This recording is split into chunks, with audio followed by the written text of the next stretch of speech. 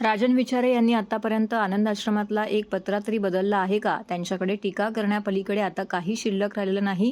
त्यांना टीकास्त्र करू द्या, आम्ही आमचे काम करत राहू, असं मत शिंदे सेनेचे उमेदवार नरेश म्हस्के यांनी व्यक्त केलं आहे. आनंद आश्रमात दिघे यांचा आदर राखण्यासाठी आम्ही धडपड केली. संस्कृती परंपरा टिकवण्याचं काम आम्ही केलं असल्याचंही ते म्हणाले. ही प्रचाराची रॅली नसून विजयाची रॅली असल्याचं ते म्हणालेत. शिवसेना शिंदे सेनेचे उमेदवार नरेश म्हस्के यांची प्रचार रॅली ठाण्याच्या विविध भागातून सुरू होती. यावेळी पत्रकारांशी बोलताना त्यांनी हे वक्तव्य केलं. गद्दारी राजन विचारे यांनी बाळासाहेबांच्या विचारांची केली आहे. त्यांच्याकडे कार्यकर्ते नाहीत, 1 महिन्यापासून काम करतात, मात्र एक पत्रक लोकांपर्यंत पोहोचलं नाही. त्यामुळे काँग्रेसकडे 5 आमदार मुख्यमंत्री एकनाथ शिंदे घेऊन जाणार होते आणि ते गद्दार आहेत असं बोलणं साफ चुकीचं असल्याचंही ते म्हणाले. राजघराण्यातील एखाद्या व्यक्तीला अशा पद्धतीने राजकारणात उतरवणे हेच मुळात चूक आहे. शाहू महाराजांचा पराभव त्यांनी स्वीकारला असल्यानेच राऊतांकडून असे आरोप केले जात आहेत. संजय राऊत यांनी केलेल्या अयोध्येच्या मुद्द्यावरून म्हस्के यांना छेडलं असता. अयोध्येमध्ये मी स्वतः एकनाथ शिंदे आणि संजय राऊत एकत्र बसलो होतो. यावेळी संजय राऊत यांनी बंडाचा विषय काढत मी तुमच्या पूर्णपणे पाठीमागे आहे असं सांगितलं होतं, असा गौप्यस्फोटही त्यांनी केला.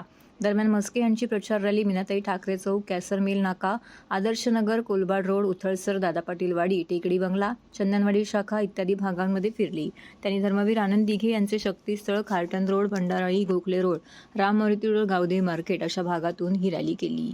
प्रचार रॅलीमध्ये उतरलेले काय उत्साह आहे. काची रॅली मीरा भाईंदरची आजची ठाणे शहरातली एवढ्या भर उन्हामध्ये एवढे कार्यकर्ते आणि पदाधिकारी या रॅलीमध्ये सहभागी झाले आणि लोकांचा जो प्रतिसाद आहे ते आपण पाहता यावरनं तुम्हाला कळेल.